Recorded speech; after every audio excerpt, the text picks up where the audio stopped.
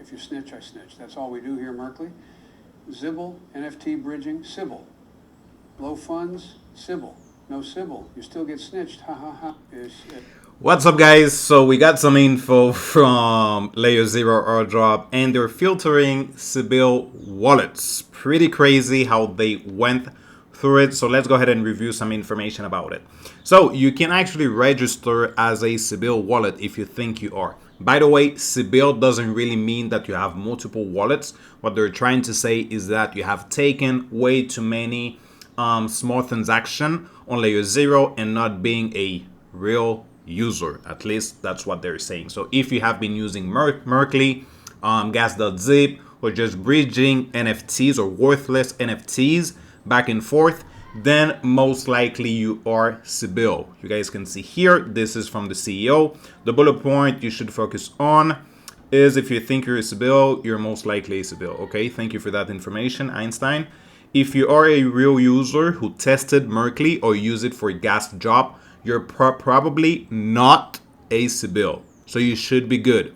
Now the thing is, we don't know what is the percentages of our transaction should be on Target Finance by moving real funds and then by using Merkley. The thing is, I have used Merkley many times, and it is not only to farm LayerZero. So for example, we had the quest for, which is still active, for Layer 3. And we had many quests on, for example, Fuse, on Cello, which I needed some funds. And the best way for you to get some funds there for cheap, it is by using Merkley. So it is kind of dumb that if you use Merkley too many times, which is using their technology, it is on their ecosystem. If you go to their website, it is actually there. We might be marked as a Sybil wallet.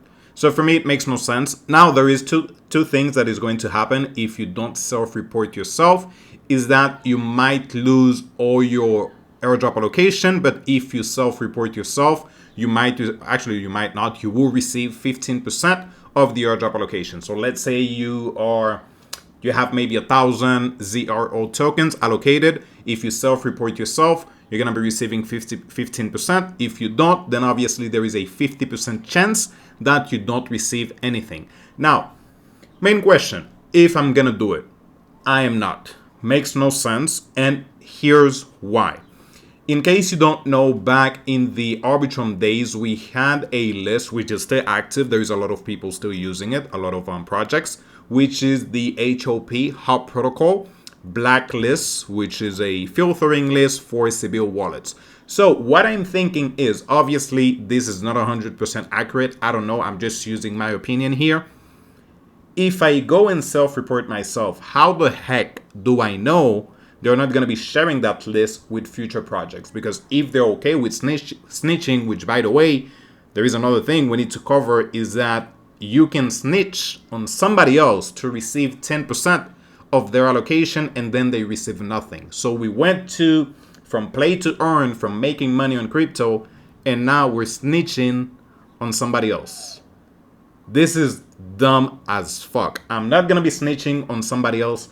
It is not worth it. I'm not gonna be making money out of that. If you are, cool with you, but for me, that's gay as fuck. To be snitching on somebody else, that is just trying to make a living and also trying to make some money, because they're not scamming or doing anything wrong. They're basically doing the same thing we are doing, right? So, again, I'm not gonna snitch on myself because I don't wanna be on a Sybil list. That I do it for myself. You know, if I get on that list by accident or they just add me, cool with it. But I'm not gonna risk all future airdrops by adding myself on that list, because this is only one airdrop, guys. If you receive it, cool. If we don't, that is one. We still have around 100, 150 other projects, and that is not even including what we can have for next year, for 2025. So again, that's a no-no for me. I'm not going to be adding my wallets. I should be good because I do have a ton of transaction on Target Finance. I have a pretty good LP that I have been staking since 2023.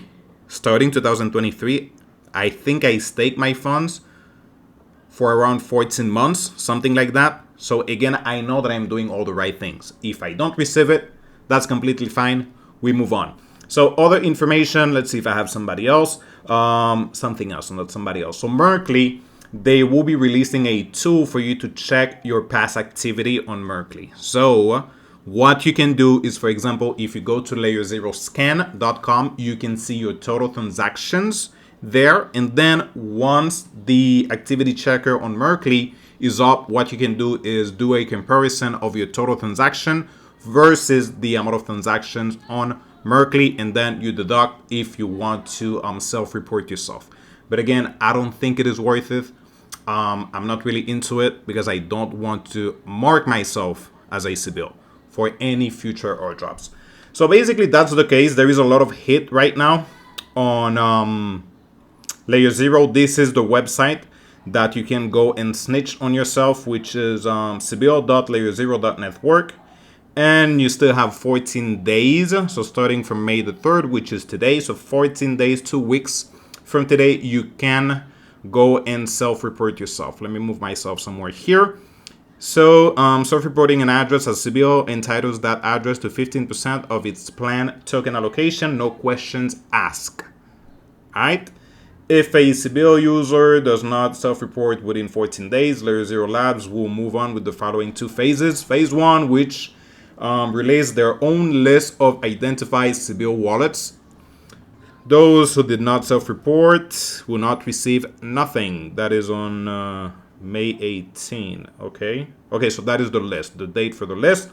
And then there will be a bounty program where community members, not community members, these are snitchers, can submit details report of Sybil activity. If the report meets the requirements, the bounty hunter will get 10% of the allocation and the Sybil user will receive nothing. That is from May 18 till May 31st. So I'm guessing after that date is when we should, if we meet the requirements, we're going to be receiving the airdrop, right? If not, then we're not going to be receiving it. So yeah, for me, I think it makes no sense. It is a dirty way for you to not pay somebody else to do it, like using any other platform, like a lot of platforms have been using. Nensam, which is one of them. These are the one that Arbitrum used in the past. So that's the case. That's the case. Again, I'm not doing it, not planning on doing it. Just based on my opinion, I don't think it is worth it. But if you do want to do it, go ahead. Obviously, that's on you. So yeah, that's the info that we got. Let me know your thoughts, anything, any questions, any doubts. Take care, guys. Happy farming. Bye-bye.